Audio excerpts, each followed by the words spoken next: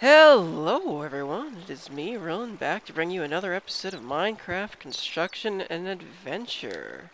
I know it's been a little bit since my last video, and as you can see, I've built one hell of a structure, mostly using MC Edit, and get to show off something that I didn't last time and forgot to show off in this server video. I'm finally no longer Steve. Yes, that's right. I finally decided to get a skin. This is one I've looked at before and just remembered about. I am a architect from, judging by the way the skin looks, the 1800s. The late 1900s, sorry. And there's the back. So yes, what is this massive structure, you ask? Well, this is the old version, yes, old version of my mob farm. And if I go to one of these corners, I don't remember which one it is. I'm so bad at remembering. I'll be able to show you how the design... it's this way, I believe. Yeah. No. I should have looked for the wood. I should have known. Okay. So, the mob farm originally worked like this. Pistons would come up, killing the mob when they fall, and then retract, forcing the drops to go down these channels and collect in the center. The problem was I could never quite get the timing right. And when it was ice down there, it would melt, irritatingly enough. So I switched it up to this. Ooh, that's a lot of lag. Okay, yeah. So you see pistons come out when they get past this. And if we go up here, you can see this is how the design used to be. I decided to change it with water because they were getting stuck, irritatingly enough, on here. There are a couple places where the water is finally actually, where is it? Here, you can see I put water in some of these areas and the mobs no longer got stuck. So let's go down here. And turn it on to hard and see what happens. Let's look at the entity count. Yep, it's already up to about 55, 70, 78, 83, maxed out. Oh. And if you hear that, it sounds like dead enemies at certain places. Let's see, yep. This is an issue that I am going to fix by putting it all the way straight this way so that they don't get stuck like this. I do have a way of fixing it even better, but as you can see, the system currently as it is, they get stuck in weird places or they don't land directly on it. Even with this glass, they tend to move just at the last second, and it's really annoying. I don't even know how that guy got there. Oh yes, that's another thing. They tend to get stuck on these platforms if there's not glass directly around it, or they somehow manage to do this. It's frankly really annoying. So let's go down here and see see how many drops we have. Yeah, you can see flesh, gunpowder, and this is all drops that I've gotten from running the system in various areas. And this was a world created in created in MC Edit, but I didn't build it in Minecraft first. So if I were to go out a certain distance, it would no longer be super flat. It has regular terrain generation. And most of this was built in MC Edit using copying and pasting. And it works okay. But let's go see the new design. I mean, I might try... Oh, actually, I might as well show off how how the water's set up as well in this, to give you a comparison. So, there are spawning pads, and that uses the usual trick of making sure there's no 4x4, 2x2 space for spiders to spawn. And the water is set in such a way that there are holes every 3 blocks, and it pushes them in the direction towards it, so they're not in the water for any significant amount of time, which is helpful. And for the most part, they don't idle up here too badly, honestly. And the best part is you can make a ladder to go up and down to ensure that they start tracking you again. Oops, let's go this way. Yeah, okay. So that's the basic design. And let's go see single player. This one. Yeah, I've played this recently. We will be getting back to that soon as well. Oh, and I guess... Oh, that's right. I'm here at the mob farm because I was showing off the Enderman farm because I was showing this off to friends during the New Year's holiday. Okay.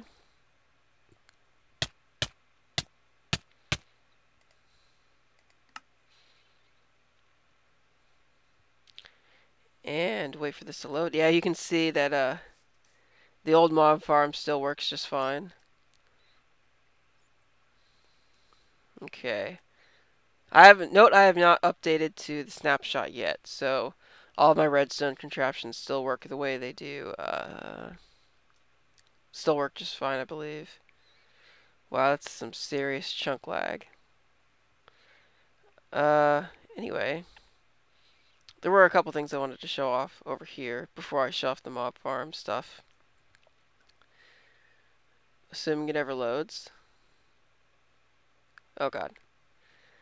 Okay, I don't know if I ever showed off this too much on the server or in the last video, but dang fire spread. Glad almost none of this is made of wood.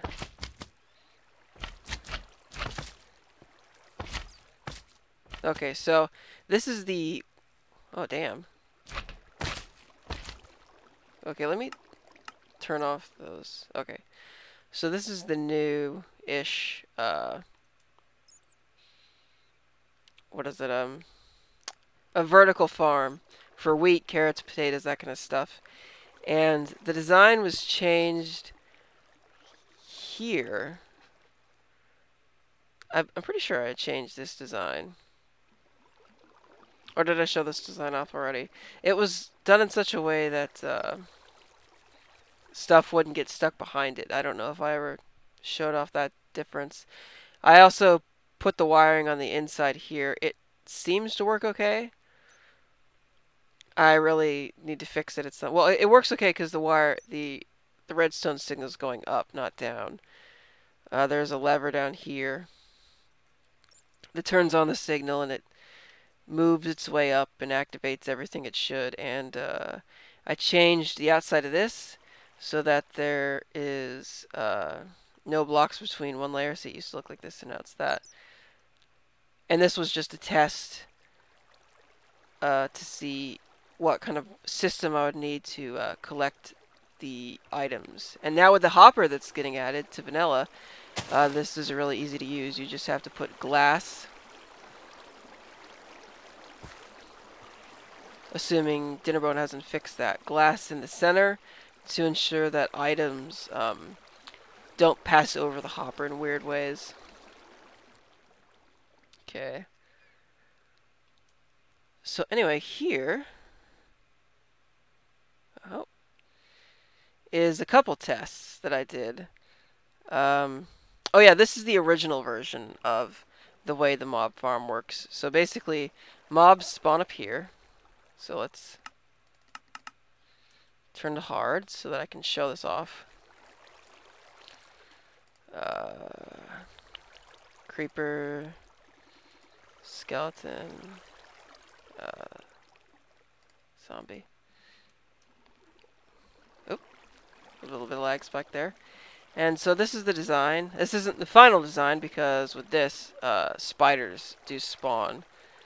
Now, mind you, that wouldn't be a problem with this. The way this is set up, they would still die here, but given that I don't actually care about the spider drops at all, I'm not interested in that. So let's spawn a few mobs. Take a look.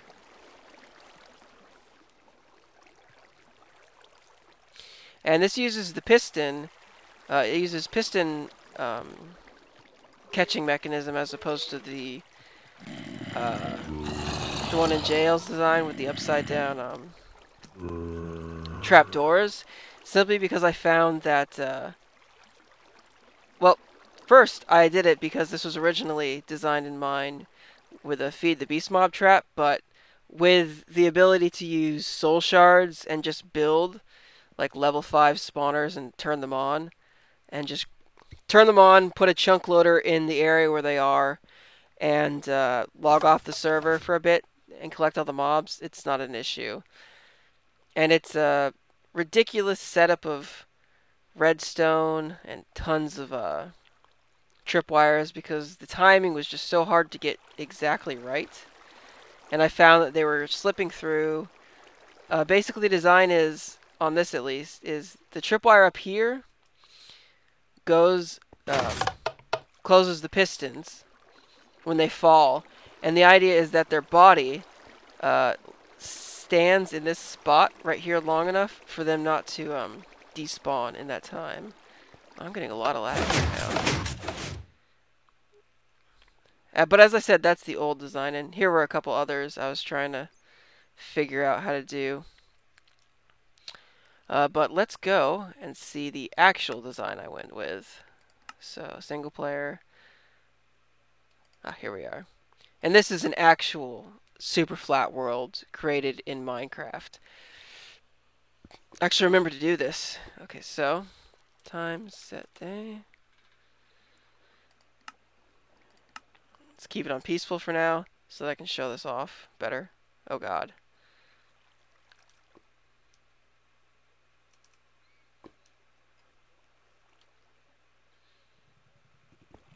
Yeah, I didn't take any fall damage. Why couldn't I fly? There we go.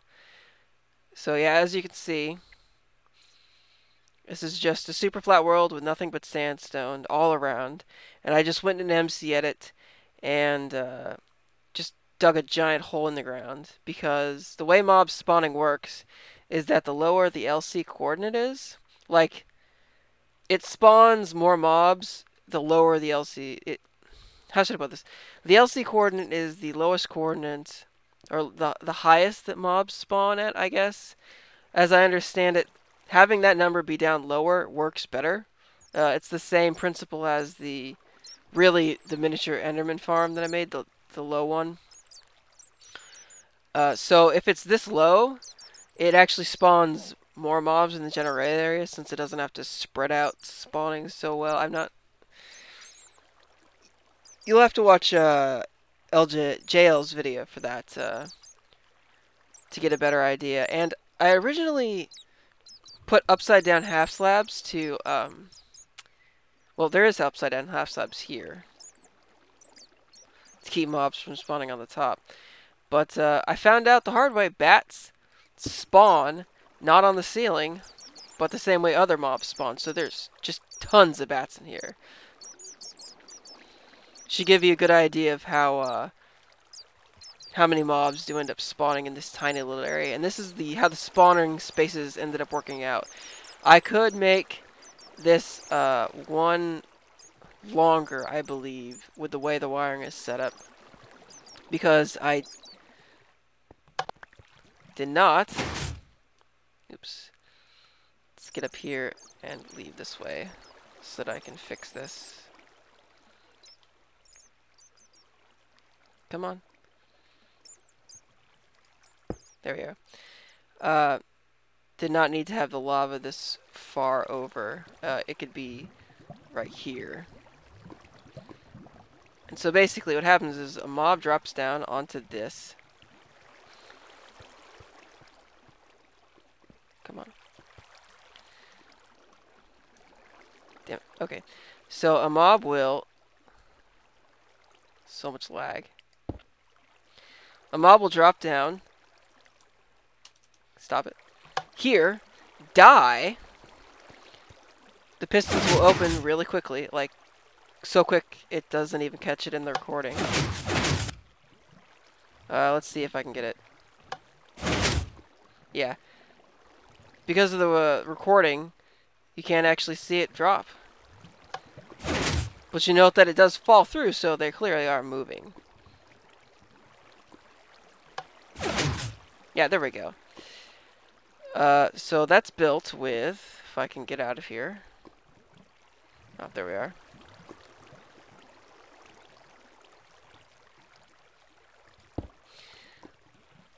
Tripwire connected to redstone torches, and these are here just to empty out the floor where the mob drops are. And the wire, the redstone wire, goes all the way here to the other set of the other side of the tripwire. Damn.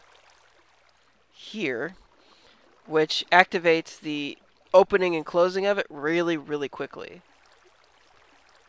When a mob lands on the wire, the torch here goes off, but it turns on the redstone signal from this side, which keeps the pistons powered until the mob is no longer in the wire itself.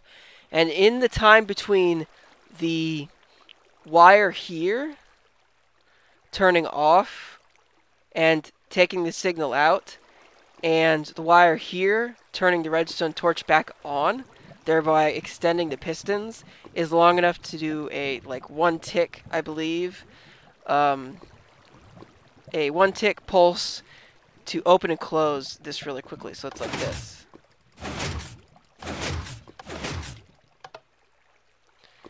And this little lava bit here is to ensure that if mobs do manage to get through, they end up dying. So, messing up my words, something fierce, is something I do. So as you can see, these are all the drops I've gotten from the mobs so far. I decided to put them into chests to give you an idea of how stable this is. And the reason this works so well is because during the day, mobs can only spawn in that tiny little area. So when I go to this, and hit F3, you'll note that it's, let's see, should be jumping up soon. Yep, 17. Some mobs are starting to spawn. There it goes. 22.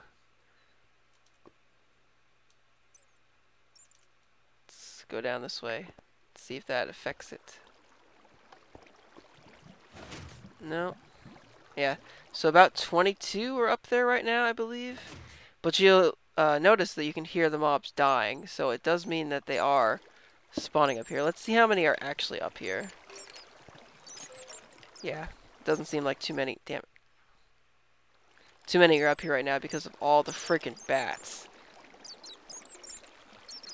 Mojang, or not Notch, Dinnerbone, I know you don't watch just any random person's video, but can you make it so that bats spawn on the ceiling and not the ground?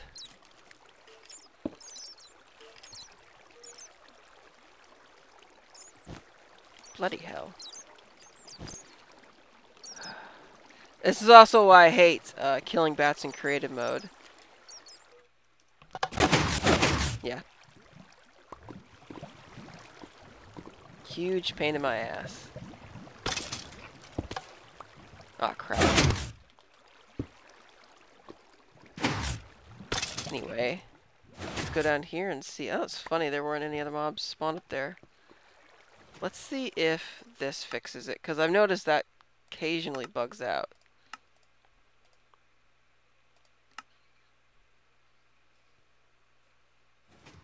Yeah, you'll note that the second I loaded the world, it seems to have fixed it for the most part. But yeah, it seems that the one platform I have up there is enough to spawn about 20, 30 mobs at a time. Yeah, the count's rising now. And this is one of, I believe, let's see, what was it? 1, 2, 8. This is one of 8 platforms that I built, that I plan on building. It's just this copy and pasted over this way, with this part copy and pasted twice. Or, yeah, this part copy and pasted here, there, and there. And I am going to experiment in the future and see if I can make a version of this where I can have these open and have a, like, either have these open or not have them at all, and have them drop to a water stream that's just 2 by X, and feed them into another portal, and then have them drop a specific height and use splash potions of healing and then damage to kill them for EXP. I don't know how much of a EXP grinder that would make. Yeah. And this is fairly decent if you don't want to use a ton of iron, but it also has the drawback. Well, it has the same drawback that any good mob farm has, in that you pretty much have to clear out a giant space around you.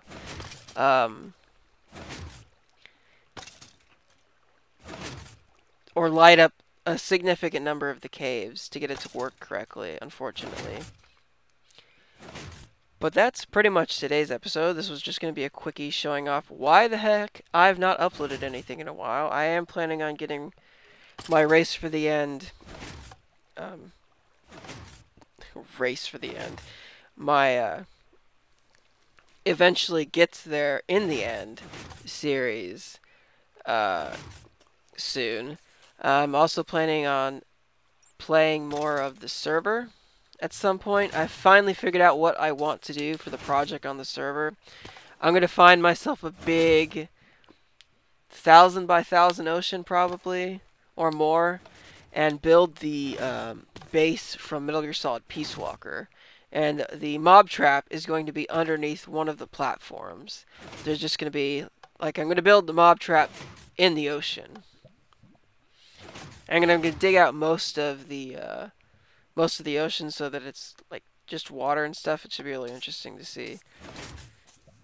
And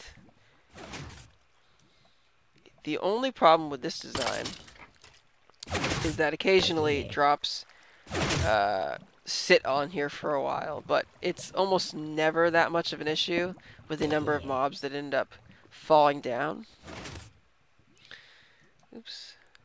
So, yeah, that's what's going to be happening. I'll probably do something with Feed the Beast, maybe, although,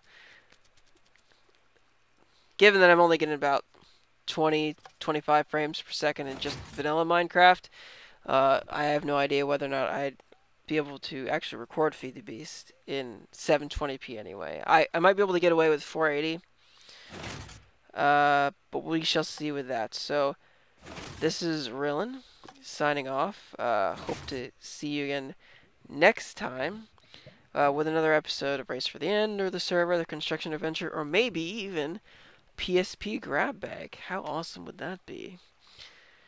So, hope to see you guys later.